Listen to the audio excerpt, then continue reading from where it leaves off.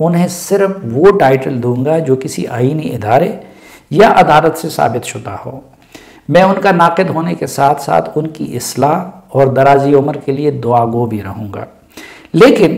مجھ جیسا معمولی انسان اور صحافتی مزدور جس کی رگوں میں ایک قبائلی پختون کا خون دوڑ رہا ہے، اگر اپنے انتقام پر ملک و قوم کی بھلائی کو ترجیح دے سکتا ہے تو پھر قوم کی قیادت کے دعویدار قداور سیاسی لیڈر ایسا کیوں نہیں کر سکتے؟ حقیقت یہ ہے کہ اسٹیبلشمنٹ کے منت ترلو اور بلیک میلنگ سے مطلوبہ نتائج نہ ملنے کے بعد اب عمران خان صاحب کے پاؤں کسی حد تک زمین پر آ گئے ہیں۔ ان کی پارٹی میں درون خانہ پھوٹ بھی پڑ گئی ہے اور جلد منظر عام پر آ کر بڑا سیاسی دھماکہ بھی ہونے والا ہے۔ یوں حکمران اتحاد کے پاس ایک راستہ یہ ہے کہ عمران خان کو کمزور دیکھ کر حساب برابر کرنا شروع کر دے، اور دوسرا راستہ یہ ہے کہ بڑے پن کا مظاہرہ کر کے انہیں مذاکرات کی سنجیدہ دعوت دے اور ان کو تانے نہ دے۔ عمران خان صاحب ابھی تک مذاکرات سے اس لیے انکار کرتے رہے کہ ایک تو انہوں نے اسٹیبلشمنٹ اور عدلیہ سے امید لگا رکھی تھی، اور دوسرا ان کے دل میں یہ بات ہے کہ انہوں نے جو کچھ کیا ہے اور کر رہے ہیں اس کے تناظر میں شاید حکومت ان سے بات بھی نہیں کرے گی، اس لیے انہوں نے یہ رٹ لگا رکھی ہے کہ میں مذاکرات نہیں کروں گا، لیکن حقیقت میں یہی ان کے ساتھ مذاکرات کا مناسب وقت ہے، اور اس لیے ان کی دو رکنی ٹیم نے حکومت کی دو رکنی ٹیم کے ساتھ خفیہ مذاکرات کا ایک دور کیا بھی ہے۔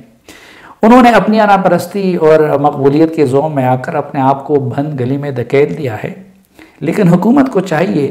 کہ وہ انہیں مزید دھکیلنے کی بجائے اس سے انہیں نکالنے کی کوشش کرے۔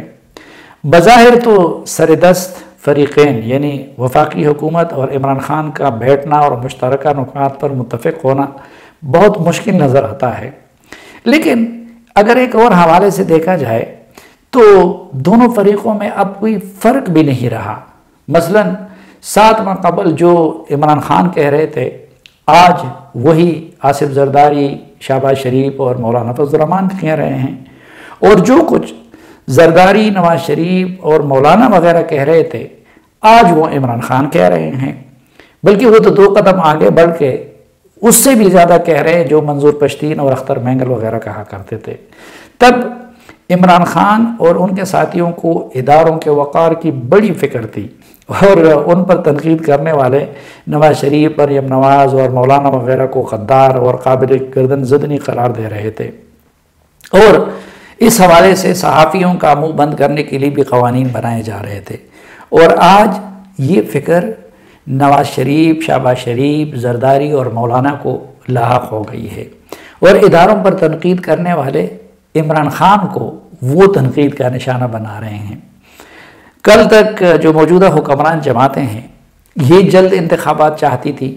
اور عمران خان صاحب کہہ رہے تھے کہ اسمبلی اپنی مدت پوری کرے گی، اور آج عمران خان صاحب جلد انتخابات چاہتے ہیں، جبکہ اتحادی حکمران کہہ رہے ہیں کہ اسمبلی اپنی مدت پورے کریں گی۔ گویا کل کی پی ٹی آئی آج کا حکومتی اتحاد ہے، اور آج کا حکومتی اتحاد کل کی پی ٹی آئی ہے، اور دونوں میں گویا کوئی نظریاتی فرق نہیں رہا، دونوں میں کوئی کارکردگی کا فرق نہیں ہے۔ کل پی ڈی ایم اور پیپلز پارٹی کے پیٹ میں سویلین بالادستی کا مروڑ اٹھ رہا تھا، جبکہ عمران خان ایک پیج سے ان کو ڈرا رہے تھے، جبکہ آج عمران خان سویلین بالادستی کے علمبردار بن گئے ہیں، اور پی ڈی ایم ایک پیج پر ہونے پر نازا ہیں۔ گویا ایک نے دوسرے کے ماضی کے منشور کو اپنا لیا ہے، اور دوسرے نے پہلے کے ماضی کے منشور کو اپنا لیا ہے، تو پھر جھگڑا کس بات کا ہے؟ اقتدار کے لحاظ سے دیکھیں تو بھی اس وقت نہ عمران خان صاحب اپوزیشن میں ہیں اور نہ حکومتی اتحاد اپوزیشن میں ہیں، بلکہ جو پی ڈی ایم اور پیپلز پارٹی ہیں وہ بھی اقتدار میں ہیں، اور عمران خان صاحب بھی اقتدار میں ہیں۔ پی ڈی ایم اور پیپلز پارٹی مرکز اور سندھ میں حکمران ہیں، تو عمران خان صاحب پاکستان کے سب سے بڑے صوبے پنجاب، خیبر پختونخوا، آزاد کشمیر اور گلگت بلتستان میں حکمران ہیں، جبکہ بلوچستان کی جو موجودہ حکومت ہے وہ بھی عمران خان کی بنائی ہوئی ہے۔ پھر جب دونوں حکمران ہیں تو یہاں پھر سوال ہوتا ہے کہ بھئی جھگڑا کس بات کا ہے؟ اس لیے دونوں کے پاس اپنے اپنے موقف اور اپنے اپنے موقف پر ڈٹائی کے لیے کوئی اخلاقی جواز نہیں ہے، لیکن دونوں نے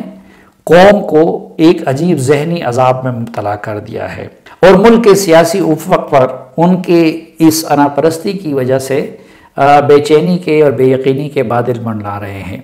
اس لیے ان سے گزارش ہے کہ اپنی اپنی اناؤں کی خاطر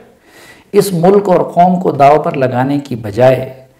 فریقین کے سنجیدہ لوگوں پر مشتمل ایک کمیٹی بنائی جائے،